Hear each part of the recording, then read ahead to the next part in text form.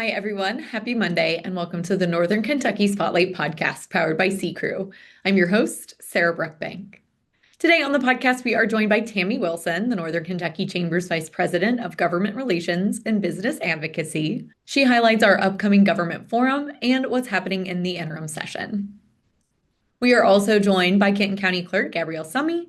She shares how Kenton County residents can plan ahead before heading to the clerk's office and talks about 2026 elections. Thank you to our sponsor, CKREU, Google and Amazon advertising experts. Now let's go hear from that sponsor, meet our members of the week, and I will be back with this week's guests. Ranking on Google Search and Maps is easy to understand, but hard to do. It requires constant effort and attention, uploading new photos, responding to Google reviews, writing weekly posts, and checking suggested updates. Google listing optimization takes experience and time, and there are no shortcuts. CKREU gives your Google My Business account the steady, consistent attention it needs to be effective, optimizing, updating, and expanding critical content every single week. From local retail stores to large regional networks, CKREU generates content, establishes benchmarks, and creates dramatic, measurable increases in engagement. So what can CKREU do for your business? More calls, more clicks, more clients.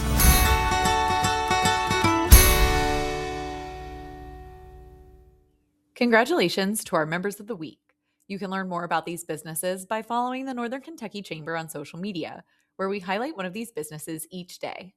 Now, let's meet our members of the week. Honeysuckle House Residential Assisted Living and Memory Care provides boutique homes with private bedrooms and ensuite for seniors living in Northern Kentucky. Faith Community Health Network is a nonprofit organization committed to building a healthier community by providing quality, compassionate, and affordable care for all.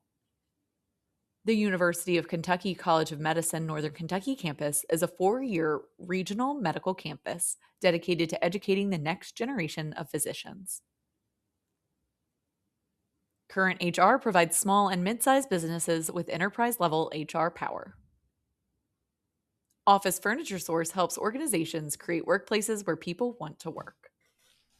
Hi, everyone. Today on the podcast, we have Tami Wilson, our VP of Government Relations and Business Advocacy. Tami, welcome back. It's great to be back as always, Sarah. It's always good to talk to you and update folks on what's happening. Yes, you guys have a lot going on. Well, the session is over. Session has been over, but that does not mean that things are not happening in Frankfort, happening in the advocacy space. Tell us a little bit about what's happening in the interim session right now. Wow. Yeah. So that kicked off at the top of June, as per usual in Frankfort. And again, we're starting to see that's where they set the table for the next up and coming General Assembly in 2027. What are the big topics? We're hearing a lot on the Medicaid, healthcare, all of that. But again, lots of economic development discussions going on, which are really, really interesting. And of course, we're very intimately involved in that and how that will carry forward for our great Commonwealth and how that will improve the business climate here in Northern Kentucky as well as across the state. So we're busy doing that. We're talking a lot about, what are those big subjects and how do we fit in and how does the agenda of the Northern Kentucky Chamber fit into the discussions and the work that they're doing? We recently had our own Blue North CEO, Dave Knox, down there in the economic development talking about entrepreneurship and startups and how we're so fortunate. We have Spark House here in Covington and the work that they're doing there and what could Kentucky be doing to improve the startups and that environment for entrepreneurs to come to Kentucky, to stay in Kentucky, more importantly. Here at the Northern Kentucky Chamber, we're talking about employee stock ownership planning and that sort of thing and how that can help us retain our great small businesses right here in the region as well as across the state and those opportunities. And what do those opportunities look like and what work could be done to removing barriers for folks maybe taking a look at that. Maybe they don't have a family member that wants to keep the family business going and they don't want somebody from out of the state to come in and buy it. How can they keep their business open and those employees that are currently working there being an integral part of that and keeping their jobs and making that business thrive and grow all at the same time if folks choose to retire or think that they need to move on to other things. Mm-hmm. So those two big discussions, healthcare and the economic development piece, is something we're focusing on now, but it's pretty early. It's only, we're here in August and that kind of thing. And they've got months all the way up until November that they'll be continuing to have those interim committee meetings. So more to come, I'm certain of that, as we head into the fall. Yeah, especially as we get into the fall, people will definitely need to be like keeping their eyes and ears out for news from us. I know your newsletter goes out and has really great updates on that about everything that is happening. So if you guys are not signed up for that, I know you can just email our friend Tami here and she will get you signed up. We also have interim committee meeting update calls once a month. So interested in that, also reach out to me. Be happy to get you connected with that. Yeah, and that's one of the biggest benefits of being part of the chamber, making sure that you are giving those updates and getting people that information. One of the other things that we have on the advocacy side coming up to keep people involved and informed is our government forum happening on August 28th. That is County Leadership Shaping Northern Kentucky. Tell me a little bit about the event. Well, it's the first time we've done this with commissioners. We have some things that we do on an annual basis. This is completely new. We've never had a sit down talking to a commissioner from the three largest counties, Boone, Kenton, and Campbell County. This year, we're launching this approach and this discussion. And we have Beth Sewell from Kenton County, Jesse Brewer from Boone County, and Tom Lampy from Campbell County. Our own CEO and president, Brent Cooper, will be moderating the conversation. You can look to see how local government impacts some of these larger issues that we're frequently talking about in Frankfort, and to some extent at the national level as well. Things like housing, roads, infrastructure funding, all of those kind of big rock type issues that we frequently talk about. But we're going to get it from a more local perspective and how county government fits into the local picture, how it fits into the state picture, and so on. So again, having never done this before, I really think it'll be a really interesting conversation, and one that people will have a lot of takeaways that's linked to their day-to-day. Local government is much more intricately involved, weaved into their day-to-day activities. When you're sitting in traffic, or there's so much to be talking about with infrastructure right now. With the kickoff with the Brent Spence, we're starting to see more and more signs that work is starting and progressing and carrying on. And what is that going to look like for our region at the local level, and what impacts? And there's side roads. Our side roads and other arteries around the region are going to be seeing a lot more traffic, and how does that impact citizens? These are the folks that can really kind of help us understand what their decision-making process looks like on a more regular basis when they get ready to prepare for fiscal court meetings and things like that. How do they work the JE? How do they work with their state representatives? Because each of them represent a particular section. They represent their county, but they have an emphasis on districts, their own district. So how does that look in their district differently than maybe the countywide approach? Some questions, and attendees will have the opportunity to ask questions as well, which is really important. And we're going to hit on the big stuff, so don't miss it. Get your tickets now. Our web event page is open, and we're ready to. It's at Turfway Park Racing and Gaming, so it's always lots of parking there. It's an easy in and out off the interstate. So join us. Yeah, that'll be a big one. And you mentioned that idea that, and we say this a lot here at the Chamber, local elections and local government has a really big impact on people's day-to-day lives. I know as my past life as a reporter covering many, many Boone County fiscal court meetings over the years and different city council meetings, those votes make a really direct impact on what is happening on your street, in your backyard, in your neighborhood. So I really encourage a lot of people to go out to this event, especially because I think really, like you said, it really does make an impact on your day-to-day, what these county commissioners are doing. So I think that'll be really interesting. Do you think anything else you think that attendees are going to take away from that event that you think will be really valuable? Well, I think, if somebody's wanting to get more civically engaged, I think frequently it's city councils, it's county level elections that's pretty much the starting point for a lot of folks. So I think they're going to understand what that's like, because these people usually have day jobs. They all do. Yeah, they all have day jobs. Have day jobs. And so how do they balance, the work of the county and their district specifically with their regular day to day? And I think it will be a good example of how people, if they want to get more civically engaged, yet they have a very busy life, they have families and all of that goes with that, how that balance looks like, and how you can be more engaged in some of those decision making, or at least be part of the discussions that impact you. Frequently, I hear from a lot of folks is a lot of times constituents or people in the area don't go and talk to their elected officials until after they see something, and they're mad about it. And they're upset, and the squeaky wheel gets the oil kind of a thing. Yeah. But often at that point, it's really too late to have too much of a discussion about it. So they'll learn how to get involved early, where they can have an impact and an influence on, some of the decisions that are made, and a better understanding in general how the sausage making process happens. How do we get from A to B? Like a road project's announced, how do you get to where you have, be part of that discussion where the key decisions that impact your everyday life, how long you might sit at traffic, how long a traffic light is, as simple as something like that, how those discussions and those decisions are made. So they'll come away with a much better understanding of, how it gets done at the local level, and you too can be part of that. And it's really not that hard. It seems daunting, I'm certain, but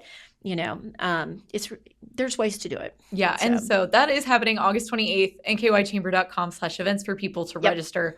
A really good one. And Tami, I cannot let you go today without talking about the upcoming elections. Oh, yes. In Northern Kentucky. November is going to be huge. I think I just saw from Link NKY, there are like 300 plus people on our ballots this year across Northern Kentucky counties. Tell us what we need to know, top line. I know we're going to dive deeper into this as the election gets closer, but really from your perspective, what are some of the big things people need to be looking out for? Yeah, I mean, we are at the top of the heap is our U.S. Senate seat. Mm-hmm. We have a general election to replace our now current U.S. Senator Mitch McConnell. We also have the 4th congressional race, huge primary. Probably people heard and saw a lot about that one. Yeah. There is a general election for the 4th congressional as well. And then moving down, we have several state representative and state Senate races here in the Northern Kentucky region. So be on the lookout for that. You're door knocking. You're going to start to see candidates arriving on your doorstep asking for your vote from both parties. Also, we have a whole host. That's where you get to that big 400 number. Yeah. We got some county city council. City council races, school boards, county commissioner races, JE races for the most part. Totally. Boone, Kenton, and Campbell completely. They're more or less determined. Mm-hmm. We have 2 new judge executives in Campbell and Boone County coming in January. So won't see a whole lot on that other than the preparations and the transition phases of that. But again, you're going to start seeing state folks knocking on your door, as well as council people, city council people. There's a lot going on. A couple mayoral races, key mayoral races. City of Independence has several candidates in that particular race. It's an uncontested race in the city of Alexandria. But again, city of Florence, I know, has a mayoral race and as well as city council races. So a lot of candidates, a lot of opportunity. Again, getting down to that granular local level that makes a big, big difference. And that's a start. Election day is November 3rd. The portal for absentee ballots opens up on September 19th, and then there's a whole host of days in the latter part of October for early voting opportunities and in-person opportunities to vote. So if you happen to not be at home on election day, so begin thinking about your voting plan and how you plan to vote in a very important midterm election. A big one. Nationally, we're going to see some dynamics too. Here in Kentucky, I've already hit those U.S. Senate and congressional race. Yeah, it'll be really interesting. I am looking forward to your updates on those as we get closer. And like you said, one of the best places for people to go, I just had Gabrielle Summe on the podcast, and she said like the govoteky.org, I think it is one of the best places for you to check your registration, make sure everything's up to date on that. And we look forward to hearing from you and learning more about all the things that are happening down in Frankfort and locally as we get further and further closer to this election. Tami, anything else you think our viewers and listeners need to know? Anything they've missed out on if they haven't been getting regular advocacy updates? Well, first of all, if you're at all interested, please reach out to me. I'd love to get you connected with those lines of communications, the newsletter, the update calls. We also have several committees. If a chamber member would love to be a greater part, you don't have to be an expert in anything. You just have to have a heart and a desire to get involved and make a difference. And so reach out to me too. I would love to explain some of our committees and the work that's done there. And we always have an open door and plenty of seats to join any of those committees. So I would just emphasize that. But I love, and I would echo what the clerk said about the portal for voting. Do check your registration. There's still time to register to vote for the general election, but that clock is ticking. So yeah, I'll leave it with that. Lots going on. There's never a deficiency in activity in the advocacy program, and that will only continue and grow. Leading into January 27 will be here before we know it. Crazy, yep. Absolutely crazy. But Tami, thank you so much for being on the podcast with us today. As always. Hi, everyone. Today on the podcast, I am joined by Gabrielle Summe, our Kenton County Clerk. Welcome to the podcast. Well, thank you. It's very cool. I'm so excited to be here. Yes, I am very excited to have you on. You guys are very busy this summer, throughout the year, I know. And there's a construction project really impacting your Covington office. I know you wanted to come on and talk a little bit about that. So tell us a little bit about what's happening in this Covington office of yours. So one of the interesting things with construction, of course, that's always progress, but it always happens. Doesn't matter when it happens, it's always going to impact something. So not only did your 4th Street Bridge go away, that we have the expansion, which the reason that it really affects the Covington office is because of the expansion, or I should say the widening at that point. And so they're kind of starting there. So that makes it a little bit more difficult to get into the parking lot for the Covington office.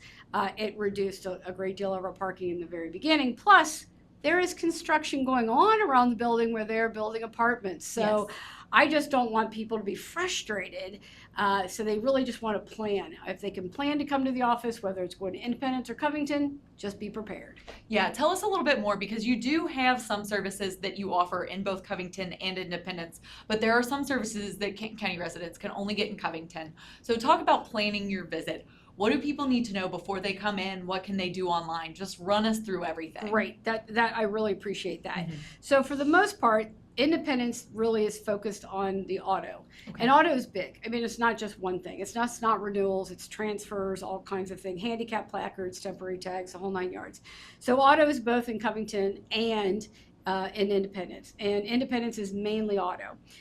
Marriage license, notary, your election, my election office, all of that is more centralized in Covington, 1, because of the space, and 2, because that's where the record room is. Yeah. That's where all of the records are as it relates to mortgages, deeds, and all of those kind of things. So, however, even though they're physically easier to get to, there are many ways to use our office online.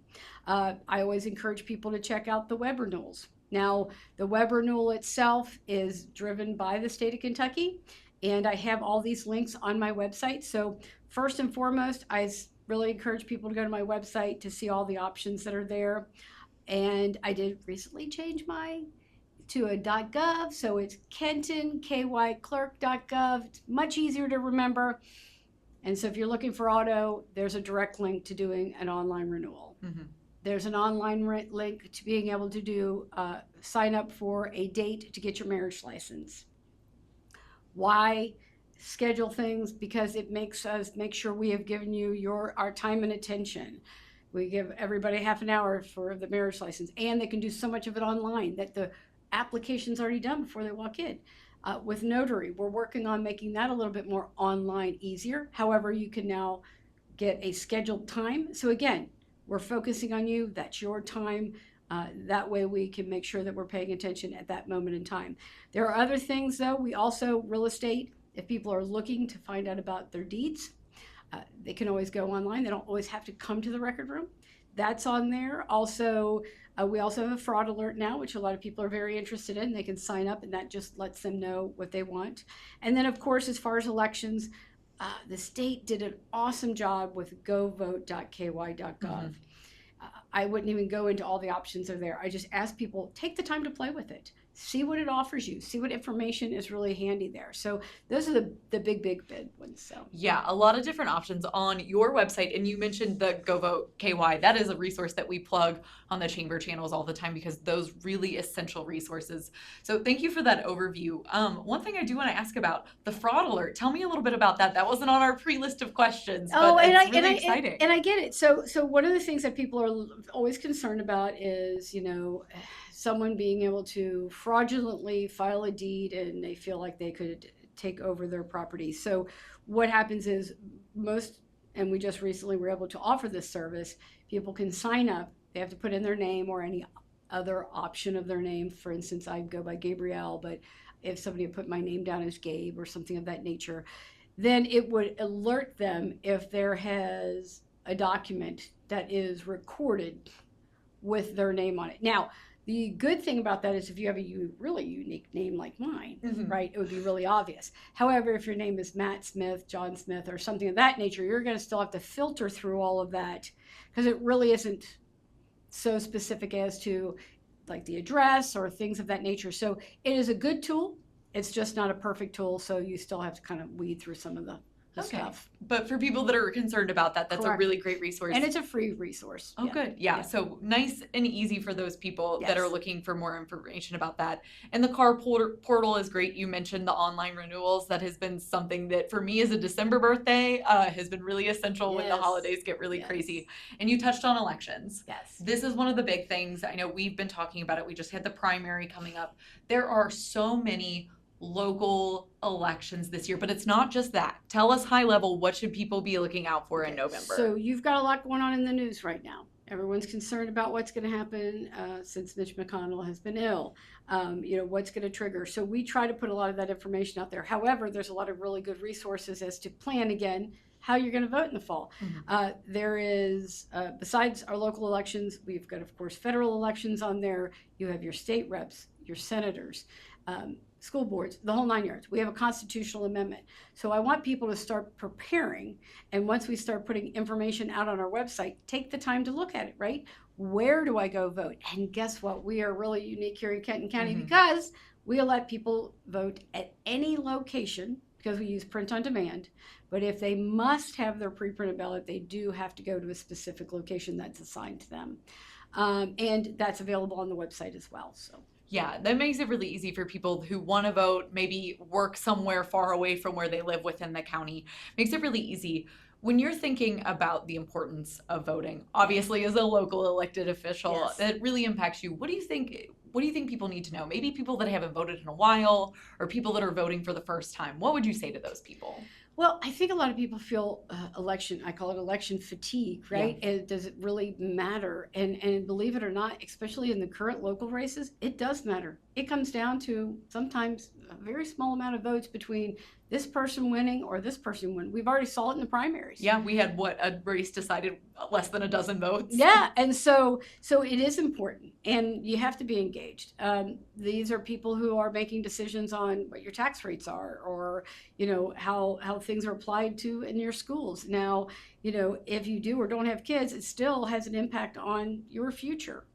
So I think that yes, people have fatigue, but I just want to encourage them to find the one thing that they're interested in, and hopefully, because there's a constitutional amendment, we have judicial races on this ballot. So there's enough that I believe around here, for the most part, people are engaged in something that interests them. So, however, we're going to have an election whether they're interested or not. So I'm hoping that Kenton County comes out to vote. And not only that, Boone and Campbell.